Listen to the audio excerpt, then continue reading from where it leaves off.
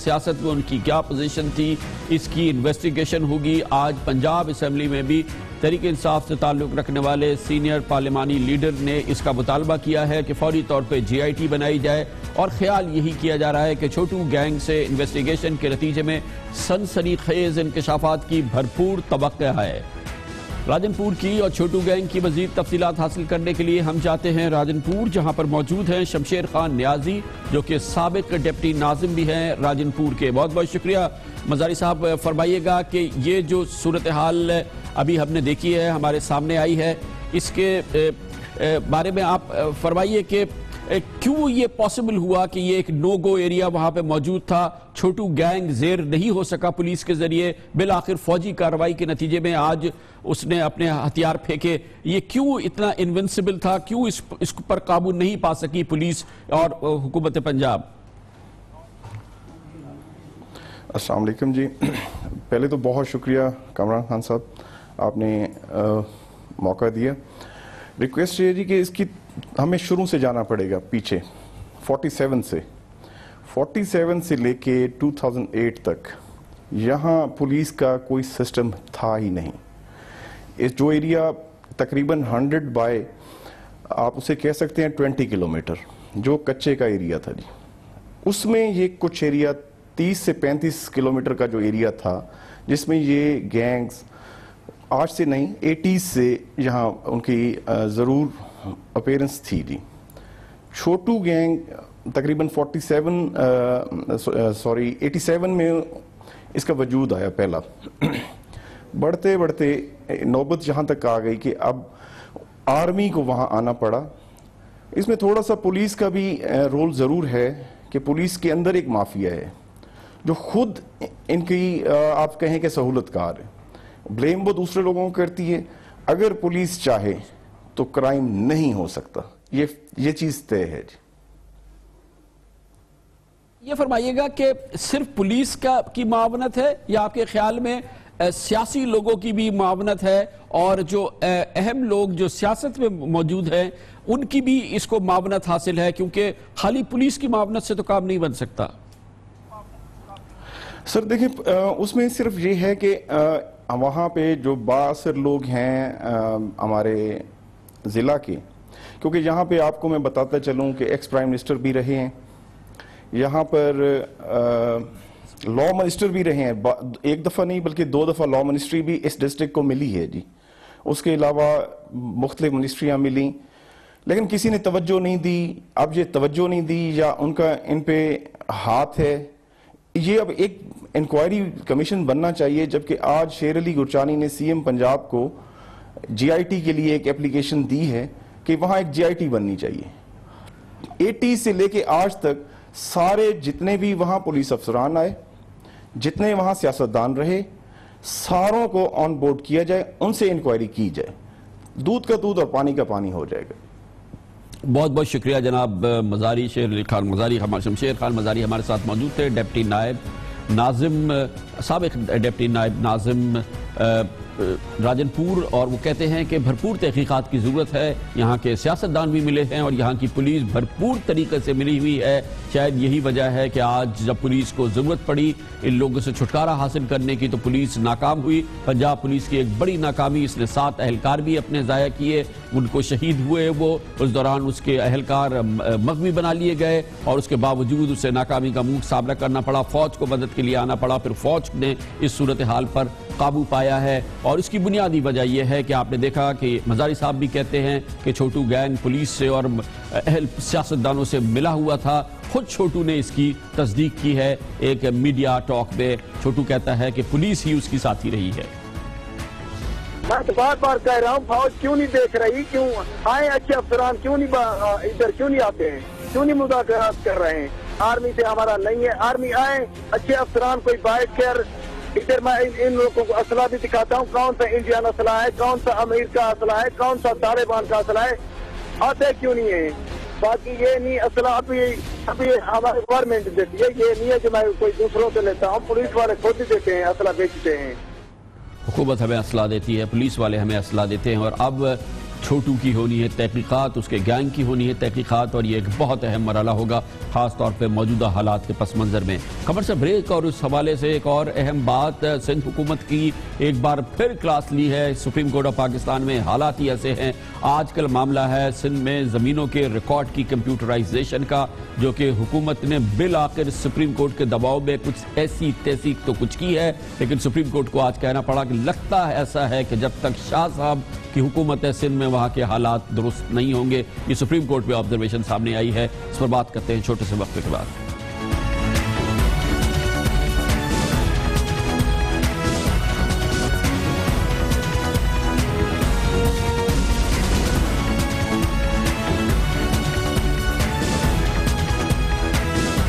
ہم افسوس کے ساتھ اس پروگرام میں کئی بار کہہ چکے ہیں اور ایک بار پھر کہہ رہے ہیں کہ وزیر اعلیٰ سید قائم علی شاہ کی سربراہی میں سندھ حکومت میں گورننس ایک سوالیہ نشان بن چکی ہے۔ یہ آج ہم نہیں کہہ رہے، یہ آج کہا ہے سپریم کورٹ پہ، جہاں کہا گیا ہے کہ جب تک شاہ صاحب ہیں سندھ کے حالات ٹھیک نہیں ہوں گے۔ یہ ریمارکس آج سپریم کورٹ آف پاکستان میں سامنے آئے، جہاں پر سندھ حکومت کے حوالے سے ایک اہم کیس کی سماعت ہو رہی تھی، جس کا تعلق سندھ میں زمینوں کے کھاتے کی کمپیوٹرائزیشن کے حوالے سے ہے، جو حکومت سندھ نے اب 5 سال بعد مکمل کی ہے۔ آج سپریم کورٹ پہ چیف جسٹس انور ظہیر جمالی کی سربراہی میں جسٹس امیر ہانی مسلم اور جسٹس اقبال حمید الرحمان پر مشتمل 3 رکنی بینچ نے سندھ میں زمینوں کے ریکارڈ کی کمپیوٹرائزیشن کے متعلق کیس کی سماعت کی۔ وزیر اعلیٰ سندھ سید قائم علی شاہ اور صوبائی حکومت پر اس موقع پر شدید برہمی کا اظہار کیا، جیسے کہ آپ اندازہ لگا سکتے ہیں وہاں پر ہونے والی گفتگو میں۔ چیف جسٹس جناب انور ظہیر جمالی نے استفسار کیا کہ ایسا کیوں ہے کہ سندھ میں عدالتی احکامات کو انتظامی معاملات میں الجھا دیا جاتا ہے۔ چیف جسٹس جناب انور ظہیر جمالی نے کہا کہ پنجاب، خیبر پختونخوا اور بلوچستان میں زمینوں کے ریکارڈ کی کمپیوٹرائزیشن پھر بھی اطمینان بخش ہے۔ اس موقع پہ جسٹس امیر ہانی مسلم نے امپورٹنٹ ریمارکس دیے اور کہا کہ جب تک مسٹر شاہ رہیں گے سندھ میں حالات ٹھیک نہیں ہوں گے۔ جسٹس امیر ہانی مسلم نے مزید کہا کہ 5 سال میں کچھ نہیں ہوا، کسی شکایت پر کوئی انکوائری یا انسپیکشن نہیں ہوا، نیت صاف ہوتی تو پورے سندھ کی کمپیوٹرائزیشن ہو چکی ہوتی۔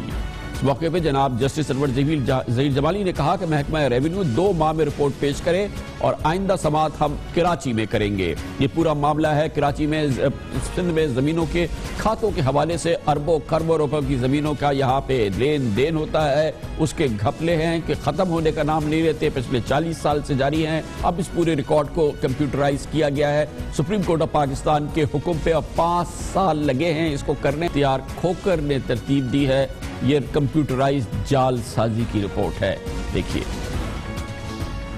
ایک عام آدمی کو کسی زمین کی ملکیت اور کاغذات کی جانچ پڑتال کے لیے مختار کار، رجسٹرار، پٹواریوں اور تحصیلداروں سے سرٹیفکیٹ کے لیے دفاتر کے چکر کاٹنے پڑتے تھے۔ افسران سے لے کر چپڑاسیوں تک کی منت سماجت یا پھر جیب گرم کرنی پڑتی تھی، لیکن سپریم کورٹ کے حکم پر سندھ حکومت کو عوام کا خیال آیا اور اکتوبر 2011 میں 5 ارب روپے سے land administration and revenue management information system شروع کیا گیا، جس کا 5 سال بعد پچھلے ہفتے وزیر اعلیٰ سندھ سید قائم علی شاہ نے افتتاح کیا۔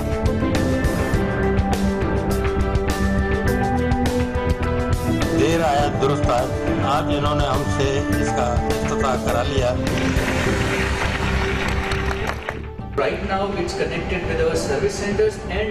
زمینوں کے 1985 سے اب تک ریکارڈ کو کمپیوٹرائز کر کے ڈیٹا محفوظ کرنے کا دعویٰ کیا گیا ہے۔ سندھ بھر میں ضلعی سطح پر 27 مراکز سے سرٹیفکیٹ بھی لیا جا سکتا ہے۔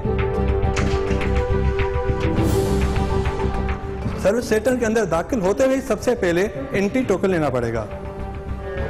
کاؤنٹر نمبر 1 پر آپ کو ایک درخواست کا فارم ملے گا۔ اس درخواست فارم کو فل کرنے میں آپ اپنا نام، شناختی کارڈ نمبر اور جس زمین کا آپ کو کھاتا چاہیے وہ زمین کا کھاتا بتانا پڑے گا، جس کی ویریفیکیشن ہوگی۔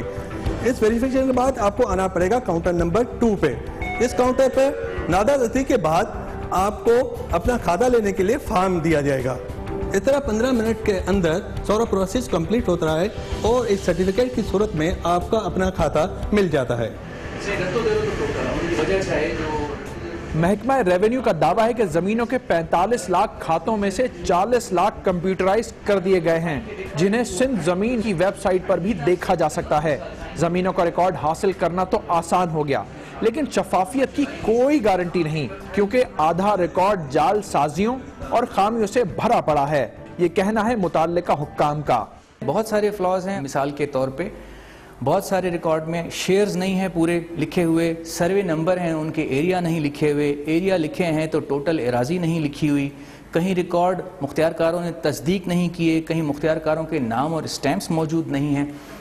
اکتوبر 2010 میں محکمہ ریونیو کی جانب سے اسکین کردہ ریکارڈ ویب سائٹ پر موجود ہے، لیکن اس سے پہلے کا 60% ریکارڈ غلط اندراج کے باعث دستیاب نہیں۔ میں نے اپنا ریکارڈ ٹنڈولیار کے ڈسٹرکٹ کا جو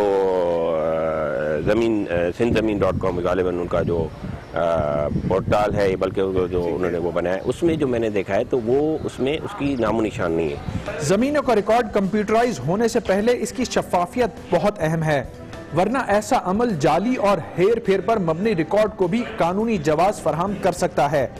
کیمرامین فرقان علی کے ساتھ پروگرام دنیا کامران خان کے ساتھ کے لیے اختیار کھوکر، دنیا نیوز، کراچی۔ کمپیوٹرائز تو کر لیا، سپریم کورٹ کے پریشر میں 5 سال میں سندھ حکومت نے زمینوں کا کھاتا، مگر جو کمپیوٹر کے اندر گیا ہے وہ جب باہر آئے گا تو پھر لوگوں کا وہولہ ہوگا۔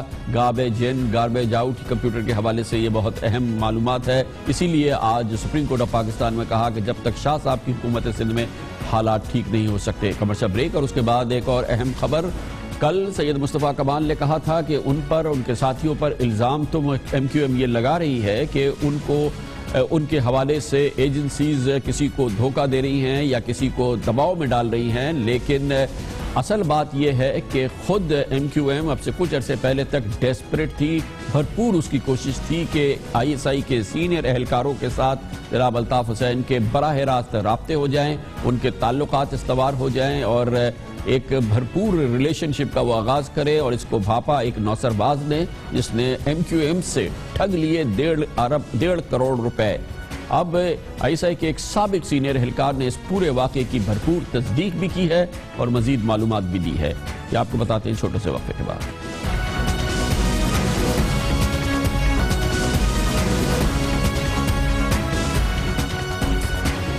آج کل کی صورتحال کا تو پتہ نہیں، لیکن اب سے چند سال پہلوں کی بات ہے، کچھ سال پہلے کی بات ہے، ریسنٹ پاس کی بات ہے کہ MQM کی لیڈرشپ کی بھرپور کوشش تھی کہ ISI کے ساتھ اس کے بھرپور براہ راست روابط تعلقات پیدا ہوں اور براہ راست ایک تعلقات پیدا ہوں الطاف حسین صاحب کی لیول پہ، اور اس کے لیے بھرپور کوشش کی جا رہی تھی۔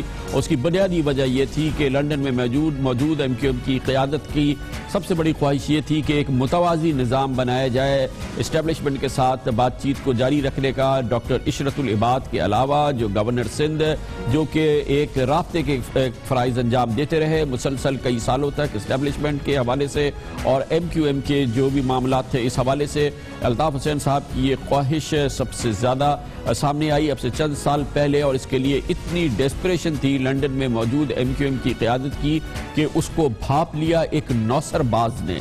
اس نوسر باز کو جو کہ اپنے آپ کو صحافی کہتا ہے اور اس کی ٹویٹس درجنوں کی تعداد میں نظر آتی ہیں ہر 2-4 دن کے بعد، اس نے اس میں ایک بڑا اہم کردار ادا کیا۔ اس نے رابطہ کیا لنڈن میں موجود MQM کی قیادت سے جناب الطاف حسین کے ساتھ، اور اس نے دعویٰ کیا کہ وہ ISI کے ساتھ ان کے تعلقات بنوا سکتا ہے، ایک متوازی نظام ترتیب دے سکتا ہے، اور وہ اس وقت کے ISI کے سربراہ جنرل ظہیر الاسلام سے بھی براہ راست ملاقات کرا سکتا ہے جناب الطاف حسین کی، جو کہ ایسی کوئی صورتحال نہیں تھی، کوئی ایسی کیفیت نہیں تھی، ایک نوسر باز تھا جو کہ یہ سب کچھ کر رہا تھا۔ آج ہمیں ISI کے ایک سابق اہلکار نے، ریٹائرڈ اہلکار نے اس کی پوری تفصیل بتائی ہے، بتایا کہ کس طرح سے یہ معاملہ شروع ہوا۔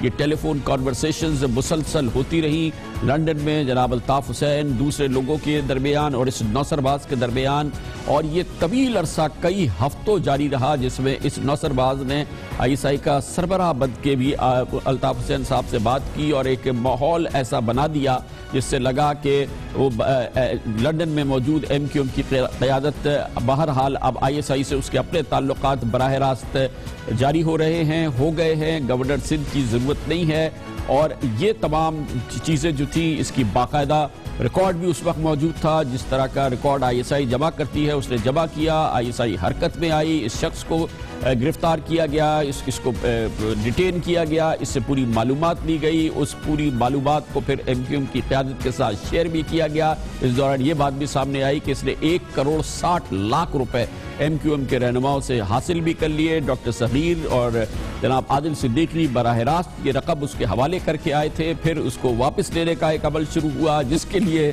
پھر ایم کیو ایم کے متعلقہ لوگوں نے آئی ایس آئی کی مدد مانگی اس وقت کے اہلکاروں سے کہ کسی صورت سے ہمارے پیسے ریٹریو کیے جائے۔ آئی ایس آئی نے بہرحال کہا کہ یہ آپ کا کام ہے، آپ جانیں، آپ لٹے ہیں، آپ جانیں اور یہ نوسر باز جانیں۔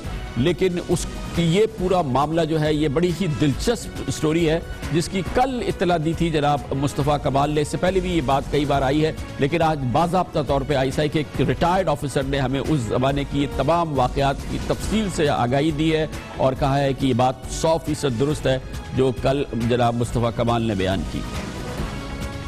آئی ایس آئی سے بات کرنے کے لیے انہوں نے 1,60,00,000 روپے کسی کو کیش دیے، کسی چیٹر کو کیش دیے، جس سے آئی ایس آئی کا کوئی تعلق نہیں تھا۔ وہ آئی ایس آئی کا فرنٹ مین یا مڈل مین بن کر جو ہے وہ ان سے انگیج ہوا۔ انہوں نے ان کو بتایا کہ جی کال آنے والی ہے، کال آ گئی جناب، 45 منٹ کی بات ہوئی اور کال یہ کہہ کے بتایا گیا کہ جو ہے وہ D G I S I بات کر رہے ہیں۔ تو وہ جو چیٹر آدمی جو D G I S I بن کر بات کر رہا تھا، تو انہوں نے فوراً اپنے کاؤنٹر پارٹ کو دوڑایا کہ بھائی خدا کے واسطے جاؤ ان کو بتاؤ کہ کوئی بندہ ہمارے نام پہ چیٹ کر رہا ہے۔ اس لیے ان کو ڈرتا کہ الطاف صاحب تو جلسے میں اعلان کر دیں گے میری بات ہوئی ہے۔ ان کو تو پتا ہے کہ بھائی یہ رکھنے والا آدمی نہیں ہے، وہ تو کل سے جو جلسے میں جو کہیں گے کارکنوں فکر نہیں کرو میری بات ہو گئی ہے D G I S I سے، تو یہ کریں گے۔ ان کو ڈر لگ گیا، آئی ایس آئی نے بندہ انہوں نے وہاں پہ کال کر کے ان سے ملاقات کی۔ انہوں نے کہا آپ کے ساتھ یہ چیٹنگ ہوئی ہے، ہو رہی ہے، یہ بندہ فراڈ ہے، کوئی تعلق نہیں ہے، یہ فلاں بندہ ہے۔ انہوں نے اس کا نام، ڈیٹا، ساری چیزیں، اور آپ سے D G I S I بن کر بات کر رہا ہے۔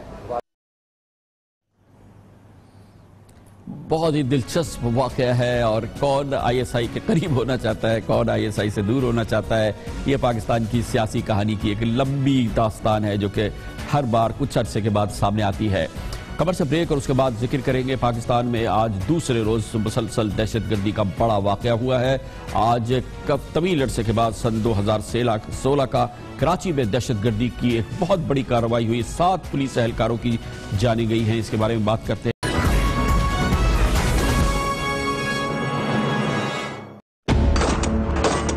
4 موٹر سائیکلوں پہ 8 لوگ تھے جنہوں نے ان پہ فائرنگ کی۔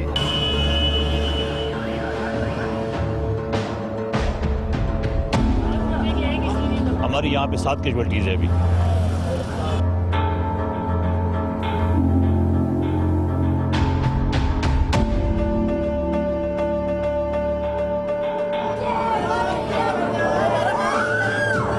میں نے کہا ابو آپ اسکول میں یونیفارم لینا، ابو نے کہا میں بھائی کا پیپر کروا کے پھر آؤں گا، اور اس کے بعد دیکھا ہی نہیں ابو کو۔ آج دہشت گردی کا ایک اور واقعہ ہوا ہے۔ گزشتہ روز بھی ایک بڑا واقعہ مردان میں ہوا تھا، لیکن کراچی کا واقعہ آج ہر لحاظ سے ایک سنگین اور بڑی دہشت گرد کارروائی ہے۔ کراچی دہشت گردی کے حوالے سے بہتر حالات رہے ہیں۔ کراچی میں گزشتہ واقعہ، بڑا واقعہ جو کراچی میں دہشت گردی کا ہوا تھا وہ دسمبر میں ہوا تھا، جب ملٹری پولیس کے ایک اہلکار کو کراچی شہر کے قلب ایب جنرل روڈ پر گولیاں مار کے شہید کر دیا گیا تھا۔ آج کا واقعہ اورنگی ٹاؤن میں ہوا ہے۔ اورنگی ٹاؤن کا وہ علاقہ ہے جو دہشت گردوں کی پناہ گاہ کے طور پہ اس کی شناخت رہی ہے۔ اورنگی ٹاؤن، اس کے برابر میں منگو پیر، اس کے برابر میں بلدیہ ٹاؤن کے وہ علاقے ہیں جو دہشت گردوں کے حوالے سے اس کی شناخت رہی ہے۔ آج کا واقعہ اورنگی ٹاؤن کے اس گنجان علاقے میں ہوا، جہاں پر ایک پولیو ٹیم، 2 پولیو ٹیمز کام کر رہی تھی اور ان کی نگرانی پہ تعینات تھے پولیس اہلکار جن کو نشانہ بنایا گیا ہے۔ ایک موبائل پولیس موبائل میں جس میں یہ پولیس اہلکار موجود تھے، دہشت گرد آئے، انہوں نے ایک سر کے قریب پستول رکھ کے ان پولیس اہلکاروں کو شہید کیا، اور پھر آگے جا کے تقریباً 200 گز کے فاصلے پہ 3 اور پولیس اہلکار جو وہاں سے جا رہے تھے، وہاں پہ موجود تھے، ان کو بھی نشانہ بنایا گیا۔ بتایا گیا ہے کہ اس کے لیے 8 دہشت گرد تھے جو 4 موٹر سائیکل پہ سوار تھے، اور اورنگی ٹاؤن میں انہوں نے یہ کارروائی کی ہے۔ ایک بین الاقوامی خبر رساں ایجنسی نے کہا ہے کہ طالبان نے اس کی ذمہ داری لی ہے۔ اس کے بارے میں ہم یقین سے نہیں کہہ سکتے کہ یہ کارروائی کس کی، کب اور کیسے ہوئی ہے، لیکن یہ بات بالکل واضح ہے کہ یہ دہشت گردی کا ایک بہت بڑا واقعہ ہے جو کہ ہوا ہے. اب سے تھوڑی دیر قبل ان پولیس اہلکاروں کی نماز جنازہ ادا کی گئی اور اسے بھرپور سول اور فوجی اعزاز میں ان کو سپرد خاک کیا گیا. وزیر اعلیٰ سندھ سید قائم علی شاہ خود اس نماز جنازہ میں شریک ہوئے. ان کے ساتھ corps commander Karachi lieutenant general Naveed Mukhtar بھی اس نماز جنازہ میں تھے. آئی جی سندھ اور ڈی جی رینجرز بھی تھے. اس انداز کی نماز جنازہ پولیس اہلکاروں کی شہادت کے حوالے سے اس کی مثالیں بہت کم ملتی ہیں. عام طور پہ سندھ میں اور کراچی میں ہونے والے پولیس اہلکاروں کی شہادتوں کو اس انداز سے خراج تحسین نہیں پیش کیا جاتا جیسا کہ آج کیا گیا. یقینی طور پہ یہ اب سے تھوڑی دیر قبل جو چیز ہوئی ہے یہ ایک قابل تحسین بات ہے. پولیس اہلکاروں کی شہادتیں کراچی کا نیا عمل نہیں ہے. گزشتہ سال بھی 80 کے قریب پولیس اہلکاروں کی جانیں گئی تھی, لیکن آج کا واقعہ ہر لحاظ سے ایک بڑا واقعہ ہے. اور ان جو اس کے ملزمان ہیں, جو ان کے کروانے والے ہیں, ان کو گرفتار کیا جائے گا, ان کو کیفر کردار تک پہنچایا جائے گا. اس کا وعدہ director general rangers major general Bilal Akbar نے کیا, جو اس واقعے کے فوری بعد اورنگی ٹاؤن پہنچے تھے. پولیو کی ٹیمز جو ادھر کام کر رہی ہیں ان کو مکمل تحفظ فراہم کیا جائے گا, اور وہ تحفظ فراہم کیا جا رہا ہے. اور یہ پولیس کے بہادر جوان ان کو تحفظ فراہم کرتے ہوئے شہید ہوئے ہیں, اور انہوں نے اپنے فرض کا حق ادا کیا ہے, اور ان کی قربانی رائے گاہ نہیں جائے گی. ان پہ حملہ کرنے والے اور کروانے والے ضرور پکڑے جائیں گے, اور انہیں انشاءاللہ ہمارا جو عدالتی نظام ہے وہ انشاءاللہ ضرور قرار واقعی سزا دے گا انشاءاللہ. اس موقع پر انسپیکٹر جنرل پولیس اے ڈی خواجہ کا کہنا ہے کہ پولیس کی اور انٹیلیجنس ایجنسی کا خیال یہ ہے کہ نشانہ پولیو کی ٹیم نہیں بلکہ پولیس اہلکار تھے, کیونکہ پولیس اہلکاروں کو جس وقت نشانہ بنایا گیا پولیو کی ٹیم آس پاس ہی موجود تھی, لیکن دہشت گردوں نے خاص طور پہ صرف اور صرف پولیس کو نشانہ بنایا, اور یہ دہشت گردی کی آج ایک بڑی کارروائی ہوئی. اس کی مزید تفصیلات حاصل کرتے ہیں, اس کے لیے ہمارے ساتھ موجود ہے دنیا نیوز کی کراچی کے بیورو چیف ریحان ہاشمی. بہت بہت شکریہ ریحان ہاشمی صاحب. پچھلے 8 گھنٹے کے دوران 10 گھنٹے کے دوران جب سے یہ واردات ہوئی ہے, کوئی پازیٹیو ڈیولپمنٹ, کوئی نئی بات سامنے آئی ہے ان حملوں کے بارے میں؟ دیکھیں کامران صاحب, جو فورنسک رپورٹ تھی جو بلٹس کی جسے MTs کہا جاتا ہے اس کی رپورٹ آ گئی ہے, اور یہ 14 اور 2015 میں جو پولیس اہلکاروں کو نشانہ بنایا گیا تھا اس سے یہ گولیوں کے خون میچ ہو گئے ہیں. اس کے علاوہ جیو فینسنگ کرا لی گئی ہے. یہ بات ثابت ہو گئی ہے اس واقعے میں ایک کلعدم تنظیم ملوث ہے اور جسے جلد گرفتار کر لے گی پولیس حکام کا کہنا ہے. لیکن سب سے اہم بات تھی کہ وہی گروہ شامل ہے جو اب تک ٹریفک پولیس اہلکاروں اور جو آپریشن پولیس کے اہلکاروں کو دہشت گردی کا نشانہ بناتا رہے. اورنگی ٹاؤن, پیر آباد, مومن آباد, یہ وہی گروپ ہے جس نے آج نشانہ بنایا. اس میں جیسے آپ نے خود کہا کہ 8 دہشت گرد تھے, 6 موٹر سائیکلوں پہ تھے, لیکن ان کا صرف اور صرف مقصد تھا پولیس اہلکاروں کو نشانہ بنانا. جیو فینسنگ میں یہ جو علاقہ ہے یہ پیر آباد, مومن آباد, اورنگی, بلدیہ, منگو پیر, یہ سب دہشت گردوں کی ہمیشہ سے سب سے بڑی پناہ گاہیں یہیں پہ موجود رہی ہیں. اور یہ اس آپریشن کے بعد ایسا لگتا یہ ہے کہ یہ بہرحال دہشت گرد کچھ تعداد میں تو یہاں پہ موجود ہیں اور ابھی بھی وہ کارروائی کرنے کی سخت رکھتے ہیں. دیکھیں جو آج کی واردات ہے یہ بالکل ایسے ہی ہے. یہ کسی زمانے میں یہ علاقہ جس جگہ فائرنگ ہوئی تھی وہ عابد مچھڑ کے متصل جو علاقہ تھا بلدیہ ٹاؤن, وہاں سے یہ شروع ہوتا تھا اور یہاں تک جاتا تھا. کچھ بالکل روٹس ہیں دہشت گردوں کے, بالکل دہشت گرد اس طرح یہاں پر کام کر رہے ہیں. لیکن پولیس پر امید ہے, اے ڈی خواجہ جو آئی جی سندھ ہیں پر امید ہیں کہ جلد گرفتار کر لیں گے. جو کلعدم تنظیم ہے اس کا نام سامنے آ چکا ہے, وہ ابھی ڈسکلوز نہیں کر رہے, لیکن یہ ہمارے ذرائع تفتیش کار کہتے ہیں کہ ایک لشکر جنگوی اور دوسری تنظیم کے ساتھ مل کر یہ کارروائی کی گئی ہے. وہی طریقہ اپنایا گیا ہے جو ملٹری پولیس کے جوانوں کو شہید کیا گیا تھا احمد جناح روڈ پہ دسمبر کے آئل میں, اور یہ وہی طریقہ تھا کہ ہیلمٹ پہن کے آئے, جینس کی پینٹ پہنے ہوئے تھے, شرٹ تھی, شرٹ باہر تھی, اور انہوں نے پسٹل جو اندر رکھا ہوا تھا اس میں تمام مسئلہ استعمال کیا گیا ہے وہ 9mm تھا, جس سے اندازہ ہوتا ہے کہ مکمل تیاری کر کے آئے تھے, مکمل ریکی کی تھی.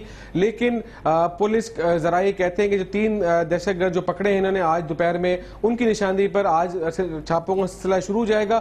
اور ہمارے ذرائع اس بات کی تصدیق کر رہے ہیں کہ 48 گھنٹوں میں پولیس کو ایک بہت بڑا بریک تھرو ملنے والا ہے. بہت بہت شکریہ ریحان ہاشمی ہمارے ساتھ تھے.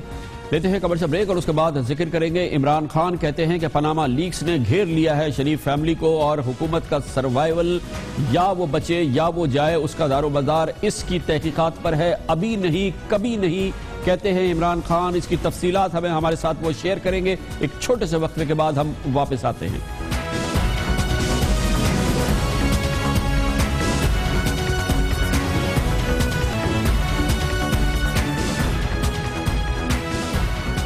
پاناما لیکس پر جاری صورتحال میں مزید تبدیلیاں آ رہی ہیں، ڈرامائی تبدیلیاں ہیں۔ کمیشن کے حوالے سے اس کی تحقیقات بھرپور ہو، ابھی تک حکومت کو کوئی قابل ذکر یا فیصلہ کن کامیابی حاصل نہیں ہوئی ہے۔ لگ یہ رہا ہے کہ ایک صفحے پہ ضرور آ رہے ہیں پاکستان پیپلز پارٹی اور پاکستان مسلم لیگ نون، اس کی مختلف وجوہات ہیں، لیکن پاکستان تحریک انصاف جو اس سلسلے میں بہت ہی مؤثر حزب اختلاف کا کردار ادا کر رہی ہے، اس کا کہنا یہ ہے کہ کمیشن اسی صورت میں بننا چاہیے جبکہ وہ چیف جسٹس آف پاکستان اس کو پریزائڈ کرے اور اس کے اندر ایک بھرپور کمیٹی ہو جس میں فورنسک ایکسپرٹس بھی ہوں اور اس قسم کی معلومات کی تحقیقات کے لیے جن بین الاقوامی اداروں اور آرگنائزیشنز کی ضرورت ہے ان کی مدد بھی لی جائے۔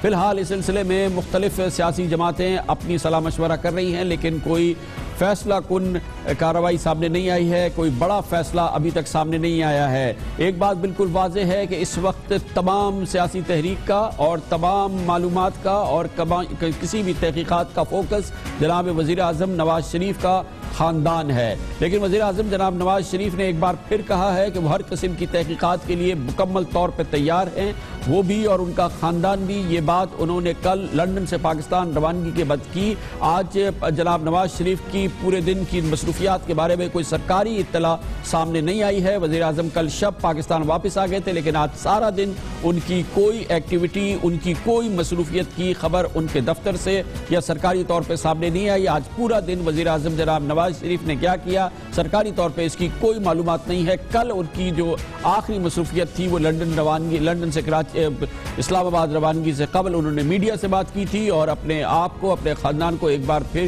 کسی بھی تحقیقات کے لیے پیش کیا تھا۔ مجھے امید ہے کہ کمیشن بنے گا اور بننا بھی چاہیے۔ پاناما لیکس نے کوئی مجھ پہ الزام نہیں لگایا، کسی قسم کی الزام تراشی نہیں کی، لیکن اس کے باوجود بھی ہم چاہتے ہیں کہ کمیشن بنے۔ اور میں اپنی زبانی بھی کہہ چکا، ہمارا خاندان وہ خاندان ہے جو 1972 سے پاکستان کے اندر جو ہے وہ بڑی مشکلات کا شکار رہا ہے، جبکہ ذوالفقار علی بھٹو آتے ساتھ ہی ہمارا ساری جائیداد، کارخانہ اور بڑی فیکٹری انڈسٹری سب کو نیشنلائز کر لیا انہوں نے۔ اس کے بعد بھی جس طرح سے ہم بھگتتے آئے آپ سب جانتے ہیں۔ میرا خیال ہے کہ کمیشن کو ہم اپنا جو ہے نا وہ ایسے کوئی ٹی او آرز دیں بنا کے جو ان سب چیزوں کا بھی ادراک کرے اور جائزہ لے۔ وسیع ٹی او آر کی بات کر رہے ہیں، یعنی کہ کمیشن کے پاس تحقیقات کا دائرہ کار ہو وہ بہت زیادہ ہو۔ اس سلسلے میں ایک اور اہم بات جناب نواز شریف کے چھوٹے بھائی جناب شہباز شریف نے بھی کی ہے۔ پنجاب کے وزیر اعلیٰ کہتے ہیں کہ احتساب سب کا ہونا چاہیے۔ قوم جاننا چاہتی ہے کہ پاکستان میں رہ کر جنہوں نے بینکوں سے لونز رائٹ آف کروائے، اربوں روپے کے، جنہوں نے ان 70 سالوں میں مہا کرپشن کی، اربوں روپے لوٹ کے، مجھے بتائیں کہ یہ جو لیکس کی آپ بات کر رہے ہیں اور جنہوں نے وہاں پر اپنا غلطی کی، قانون کو وائلیٹ کی، مجھ کی بات کر رہا ہوں، ان میں اور ان میں کیا فرق ہے؟ If this moment has arrived, let's now avail of this opportunity. لہذا I think this commission has to be tasked to take this matter holistically and put before the nation through a very honest and transparent work.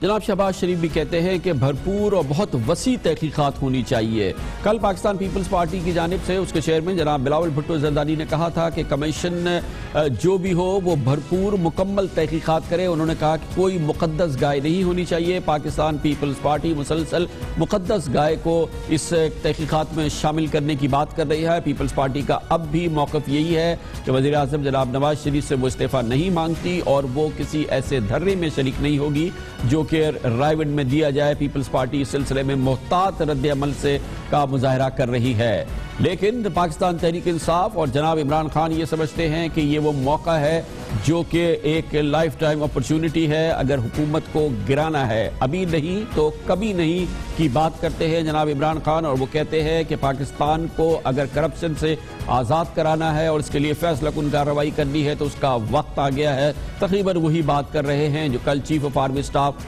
General Raheel Sharif نے بھی کی۔ پوری صورتحال پہ بات کریں گے اور اس کے لیے اس وقت ہمارے ساتھ موجود ہیں پاکستان تحریک انصاف کے سربراہ جناب عمران خان۔ بہت بہت شکریہ خان صاحب۔ پہلے تو یہ فرما دیجئے گا کہ کل army chief general Raheel Sharif نے کہا کہ کرپشن کا خاتمہ شدید ضروری ہے، اکراس دا بورڈ کرپشن کی تحقیقات ہونی چاہیے. انہوں نے یہ بھی کہا کہ فوج ہر اس قسم کی جینوئن ایفرٹ کو سپورٹ بھی کرے گی. کیا آپ مطلب سمجھتے ہیں، ان کی سپورٹ سے کیا مطلب ہے، اور ان کے اس بیان کو آپ کیسے دیکھتے ہیں؟ کامران، میں اسٹیٹمنٹ کو ایسے دیکھتا ہوں کہ یہ پاکستان کی عوام کے دلوں کی آواز ہے. یعنی لوگ اتنا مایوس ہو چکے ہیں کہ بڑے بڑے لوگوں کے، وزیروں کے، وزیر اعظم کے، صدر کے کرپشن کے کیسز آتے ہیں اور پھر وہ کچھ ہوتا نہیں ہے. بڑے بڑے سکیمز آتے ہیں، نندی پور ہے، کتنے سکیم ہیں آپ کے سامنے ہے، رینٹل پاور ہے، کوئی پکڑا نہیں جاتا. حج سکیم ہوتا ہے تو سارے نکل جاتے ہیں. تو میں آرمی چیف کا اس کا مجھے مطلب یہ سمجھ آیا کہ ایک طرف ہو رہی ہے دہشت گردی، اور ہم نے یہ بھی دیکھا ہے کہ کئی پولیٹیکل پارٹیز کے ونگز ہیں، ملیٹنٹ ونگز ہیں. اور پھر ہم نے یہ دیکھا کہ اب پنجاب میں جو ایکشن ہو رہا ہے، اس میں یہ جو چھوٹو گینگ ہے، چھوٹو گینگ، اس کے پیچھے بھی ان کے بھی کنیکشنز ہوں گے سیاستدانوں سے کہ یہ آرام سے بیٹھے ہوئے تھے، ان کے پاس کوئی ان کے اوپر کسی قسم کی کاروائی نہیں تھی، نہ ان کو کوئی بات کر رہا تھا. تو ان کے کوئی کنیکشنز ہوں گے نا کہ پولیس اب تک چپ کر کے تماشا دیکھ رہی تھی کہ یہ اتنی بڑی گینگ بیٹھی ہے جو پولیس بھی نہیں، اب فوج بھیجنی پڑی ہے وہاں. تو میرے خیال میں جنرل راحیل کا مطلب یہ ہے کہ جو بھی پاکستان میں گروپس ہیں جن کی فنڈنگ ہو رہی ہے، جدھر سے بھی فنڈنگ آ رہی ہے، اس ساری فنڈنگ کو جب وہ ہاتھ ڈالیں گے تو اس میں ظاہر ہے کرپشن کا پیسہ بھی آ جائے گا. تو یہ تو مکسڈ ہوتا ہے نا. یہ کون کیسے فیصلہ کر سکتا ہے کہ یہ پیسہ صرف کرپشن کے لیے کسی کی جیب میں ڈال رہا ہے یا کوئی فنڈ کر رہا ہے دہشت گردی کو. تو اوورآل اگر آپ نے دہشت گردی کے پیچھے جانا اور اس ملک میں امن لے کے آنا ہے تو کرپشن کی روکنا اس لیے پڑے گا دہشت گردوں کی فنڈنگ پہ، اور دوسرا اگر ہم نے ملک کو بچانا ہے، کامران اگر ہم نے پاکستان کو بچانا ہے، یہ جو قرضوں میں آدھا ہمارا جو قرضوں کی یہ بات سن لیں کہ آدھا ہمارا جو ٹیکس کا پیسہ ہے، آدھا جاتا ہے قرضوں کی قسطیں ادا کرنے میں. ہم قرضے لے رہے ہیں قرضوں کو واپس کرنے پہ. یعنی ہم ملک کیسے چلا سکتے ہیں، ایسے تعلیم کیسے دے سکتے ہیں، علاج لیکن اس وقت جو فوکس ہے اس کرپشن کے حوالے سے وہ آف شور کمپنیز کے لحاظ سے ہے اور جناب نواز شریف کے خاندان کے حوالے سے ہے. ایکسپرٹس یہ کہتے ہیں کہ آف شور کمپنی کو کھولنا، اس کے اندر جو اصل معاملات ہیں، جو اصل شخصیات ہیں، جو ٹریلز ہیں، وہ نہیں ملنا، وہ ناممکن ہے. آپ خود لنڈن گئے، آپ نے اس سلسلے میں جو ایکسپرٹس ہیں جو کہ پرائیویٹ انویسٹیگیٹرز ہوتے ہیں، جو کہ کرتے ہی یہ سب کچھ ہے، کیا انہوں نے آپ کو کوئی ایسی بات بتائی کہ یہ چیز پاسبل ہے کہ آپ ان آف شور کمپنیز کو یا شریف خاندان کی ان آف شور کمپنیز کو اوپن کر سکیں گے؟ کیا اس میں کوئی کامیابی کی امید ہے؟ آپ کی لنڈن کے وزٹ کے بعد آپ کو کچھ اس کے آثار نظر آتے ہیں؟ دیکھیں کامران، دو چیزیں ہیں. ایک تو جس دن پاکستان کی گورنمنٹ ایک آفیشل، اور ہم جو کہتے ہیں کہ چیف جسٹس آف پاکستان کے نیچے ایک کمیشن بنائیں گے، اور وہ کمیشن ایک دفعہ جب فیصلہ کرے گی کہ یہ لوگوں کو ہم پروب کر رہے ہیں، نام لیں جس کے مرضی نام لیں، لیکن پرائم منسٹر کی فیملی سے شروع کریں کیونکہ ان کے نام آئے ہیں پیناما آف شور اکاؤنٹس پہ. جس وقت ان کے نام آئیں گے، جدھر ان کے بینک اکاؤنٹس ہیں سارے فریز ہو جائیں گے.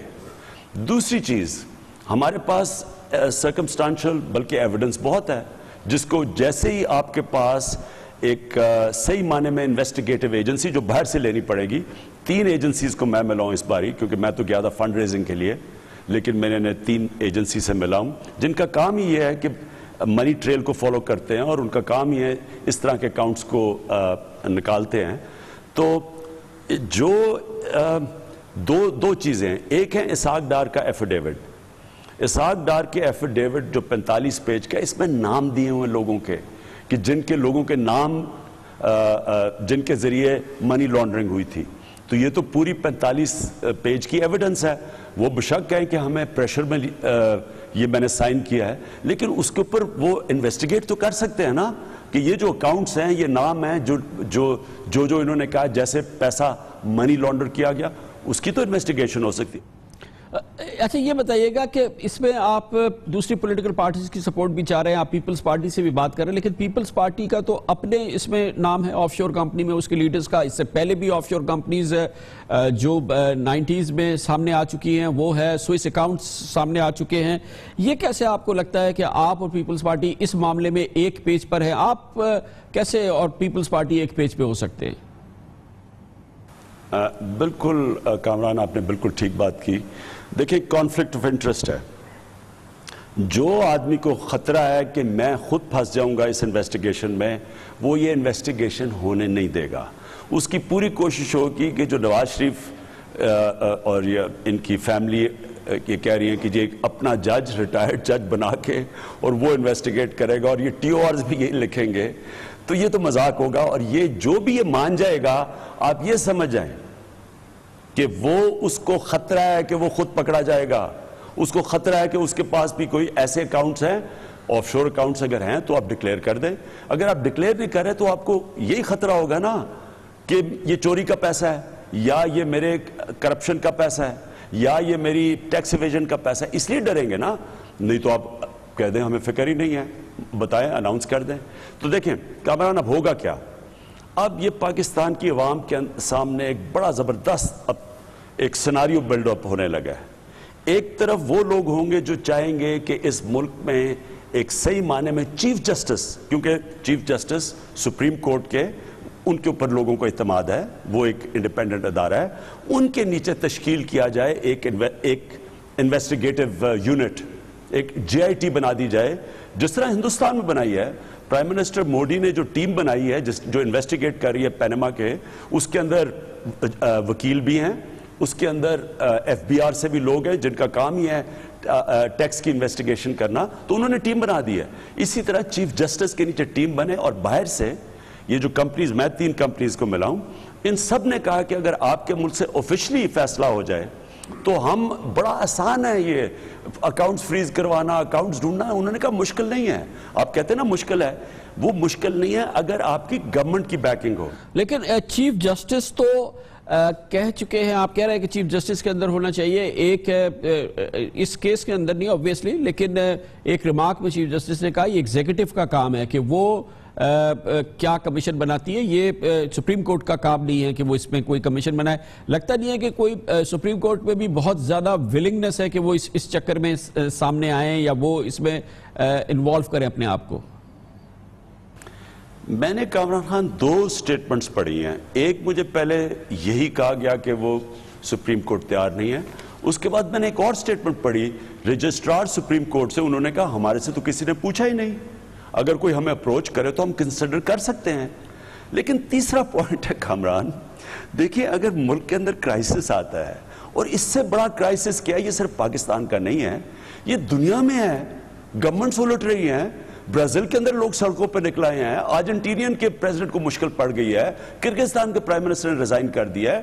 جو آپ کے سامنے جو ہوا ہے اس کے ساتھ ڈیوڈ کیمرون, جس کا پاکستان جو نواز شریف کے مقابلے میں ان کا تو قصور ہی کوئی نہیں ہے, وہ تو پرائم منسٹر بننے سے پہلے 40 لاکھ انہوں نے باپ کی کمپنی میں رکھا ہوا تھا, وہ تو ایشو ہی نہیں ہے. اور انہوں نے پھر کیا کیا, 6 سال کے اپنے ساری ٹیکس ریبانس, جتنی بھی ٹیکس رپورٹس تھی, ساری جا کے انہوں نے پارلیمنٹ کے سامنے پیش کر دی اور اپنی خود صفائی پیش کی.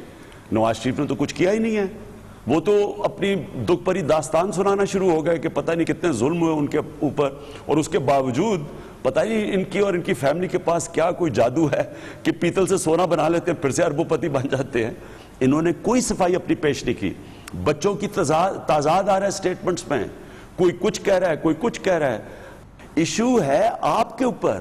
پرائم منسٹر ساری دنیا میں پہلے اپنی صفائی دیتا ہے, اور میں نے جو آپ نے میرے سے پوچھا نا کہ وہ استعفیٰ نہیں مانگ رہے, میں استعفیٰ نہیں مانگ رہا, لیکن میں یہ کہہ رہا ہوں کہ ان کو استعفیٰ دینا چاہیے, کیونکہ جب آپ کی مورل اتھارٹی چلی جاتی ہے, آپ کی اخلاقی قوت ہی چلی جاتی ہے حکومت کرنے کے لیے, کیونکہ آپ کے اوپر اتنا بڑا دھبا لگ گیا ہے, جب تک آپ اپنی صفائی پیش نہ کریں آپ فٹ نہیں ہے پرائم منسٹر بننے کے لیے, جس کی وجہ سے باقی 2-3 لیکن اب ایک بات یہ بھی ہو رہی ہے کہ چیف جسٹس نہ ہو تو ایک پارلیمنٹری کمیٹی بن جائے, آل پارٹیز پارلیمنٹری کمیٹی بن جائے, اس کے انڈر پھر یہ انویسٹیگیشن ہو. اس پارلیمنٹری کمیٹی کو پی ٹی آئی کیسے سپورٹ کرے گی؟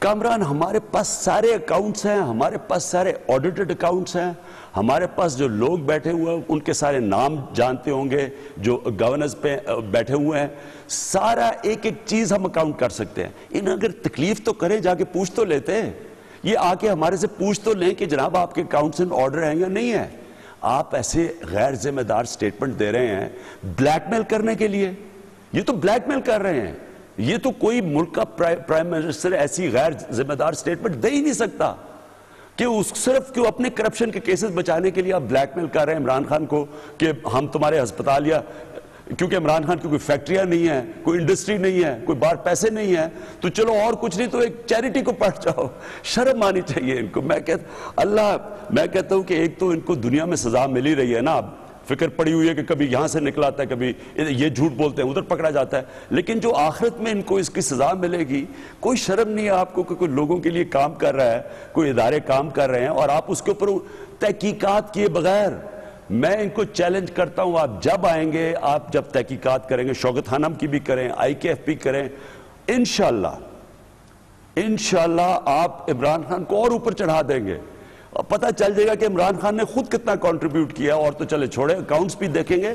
آپ یاد رکھیں کامران, شوکت خانم ریگولرلی جو یہ سارے NGOs کی مینجمنٹ کی ایک کرتے ہیں, ایویلیویٹ کرتے ہیں کہ کون سے اداروں کی بہترین مینجمنٹ ہے, شوکت خانم ہمیشہ ٹاپ پہ آتا ہے. تو اگر وہ ادارے کو جب آپ ایویلیویٹ کریں گے, ہمارا فائدہ کروائیں گے.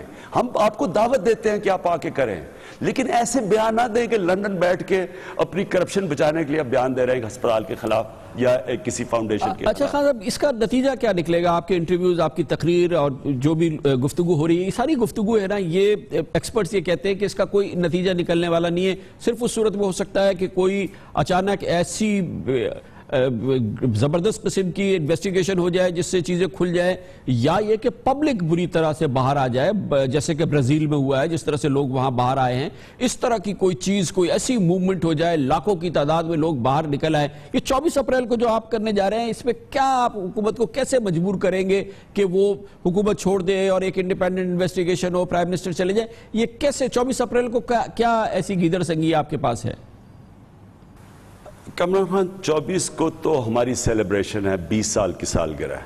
ایک تو سیلیبریشن ہے, انشاءاللہ ایک قسم کا جشن بھی ہوگا, سیلیبریشن ہوگی, فیملیز آ رہی ہیں, سارے ہمارے فاؤنڈر ممبرز جو بچ گئے ہیں وہ بھی ہوں گے. ہم نے ایک بڑی تیاری کی ہوئی ہے 24 کی, یعنی ایک قسم کا جشن ہوگا. اور پھر ایک لائے عمل دیا جائے گا, یعنی 24 کو میں ایک لائے عمل دوں گا کہ ہم رائیونڈ مارچ امیجیٹلی تو نہیں کریں گے, ہم گورنمنٹ کو کس طرح پرامن احتجاج سے ہم ان کو پریشرائز کریں گے کہ ہمارا حق ہے, اس قوم کا حق ہے کہ آپ لوگوں کے سامنے انڈیپینڈنٹ انویسٹیگیشن چیف جسٹس کے نیچے بنائیں. تو وہ ہم اس کے بعد ایک پورا پروگرام لائے عمل لوگوں کے سامنے رکھیں گے 24 تاریخ کو. لیکن کامران, انشاءاللہ 24 کو اور بہت پبلک آئے گی. انشاءاللہ آپ دیکھیں گے کہ تحریک انصاف ایک پاکستان کی سب سے بڑی جماعت بن چکی ہے, ایک ہی پارٹی ہے جس کے پاس اتنی بڑی پبلک سپورٹ ہے. اور انشاءاللہ ہم 24 کو جو لائے عمل دیں گے وہ آگے لائے عمل بلڈ اپ ہوگا رائیونڈ کے اوپر.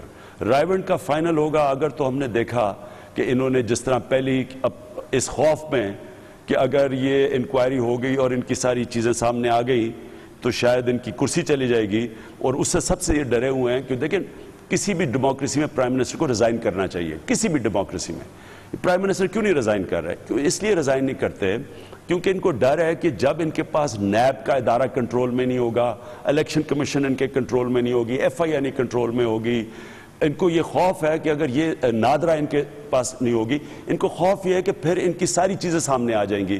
یعنی جو چیز یہ چھپانا چاہتے ہیں, دبانا چاہتے ہیں, وہ پاور میں ہی رہ کے دبا سکتے ہیں. پاور سے باہر نکلیں گے تو ان کو خوف ہے کہ ساری چیزیں سامنے آ جائیں گی, اور اس لیے دھاندلی کرتے ہیں. کامران, یہ 2013 کے الیکشن میں 22 پارٹیز نے کہا تھا دھاندلی ہوئی. یہ دھاندلی اس لیے کرتے ہیں کہ پاور میں کرپشن بھی ہوتی ہے, پیسہ بھی بنتا ہے, اور پیسہ بچایا بھی جاتا ہے.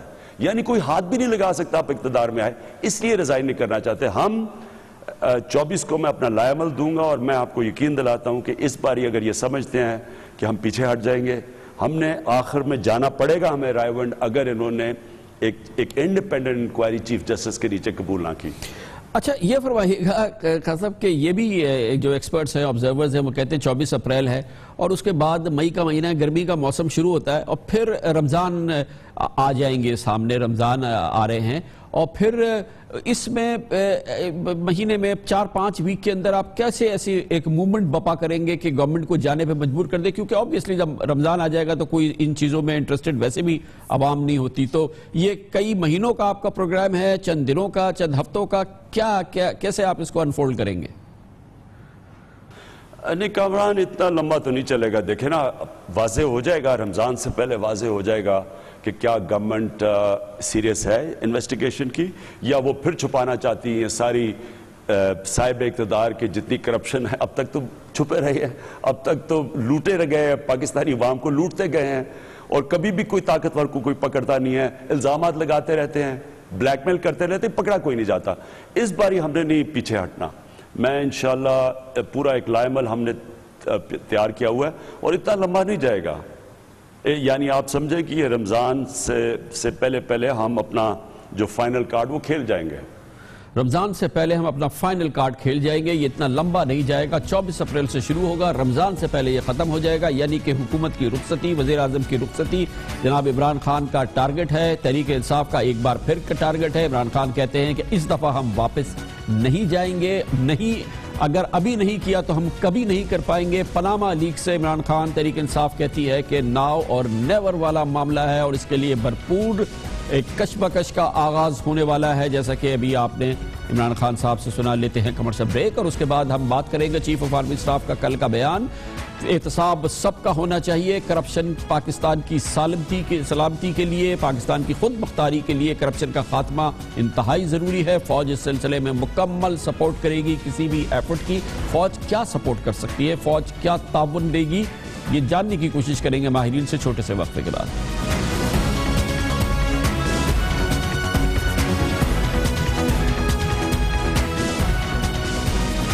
موجودہ حالات کے پس منظر میں کل chief of army staff general Raheel Sharif کا ایک انتہائی اہم بیان سامنے آیا تھا, جس میں انہوں نے ملک کی سلامتی, خود مختاری اور ملک کے مستقبل کو کرپشن کے فوری خاتمے سے جوڑا تھا.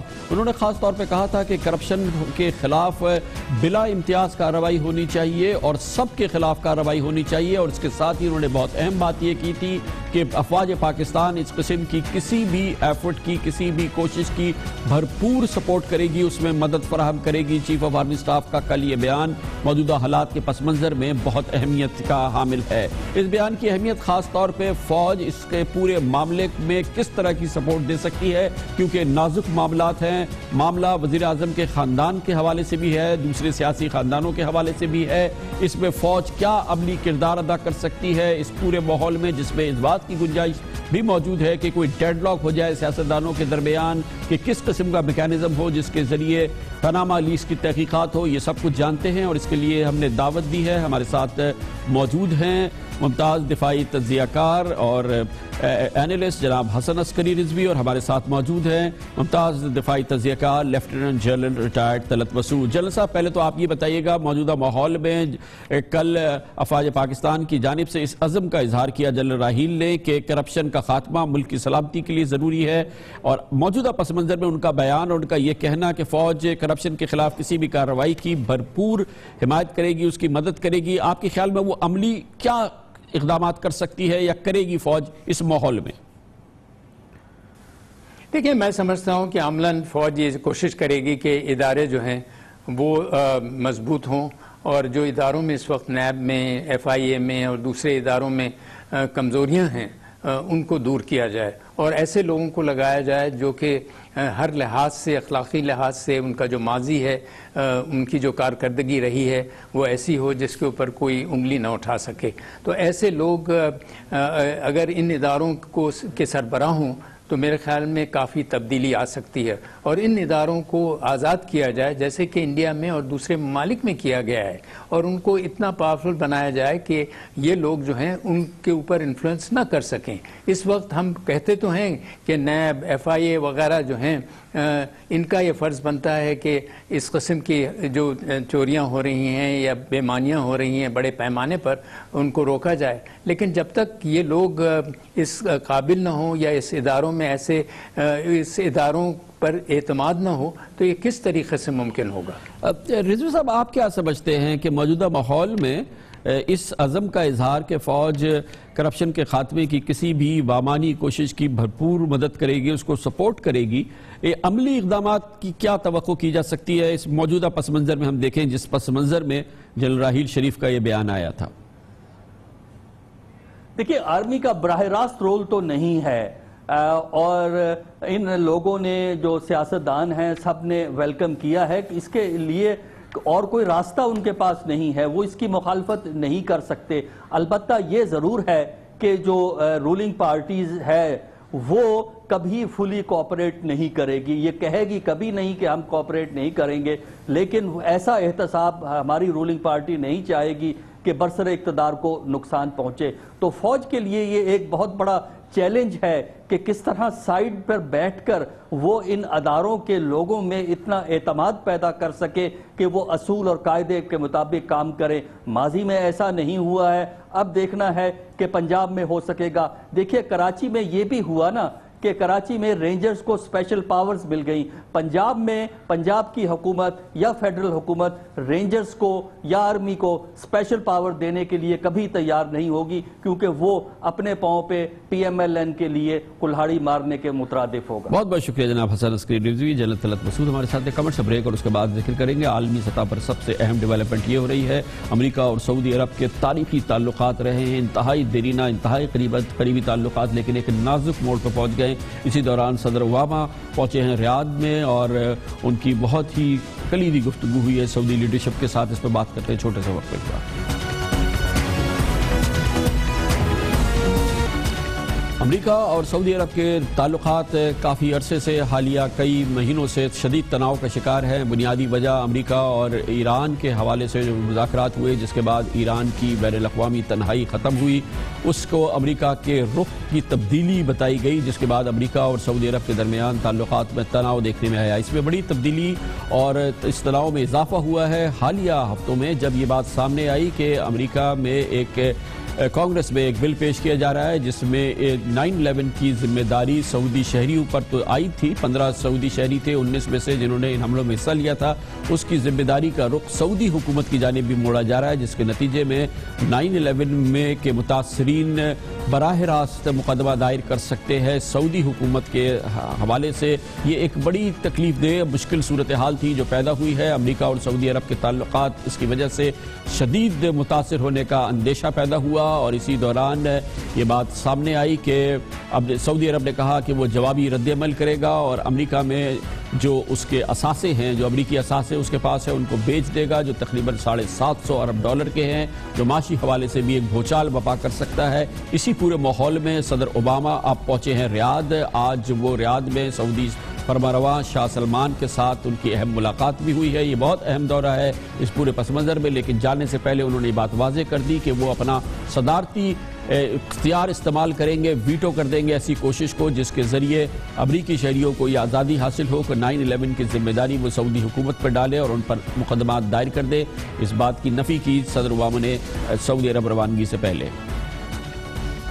If we open up the possibility that individuals in the United States can routinely start suing other governments, then we are also opening up the United States to being continually sued by individuals in other countries.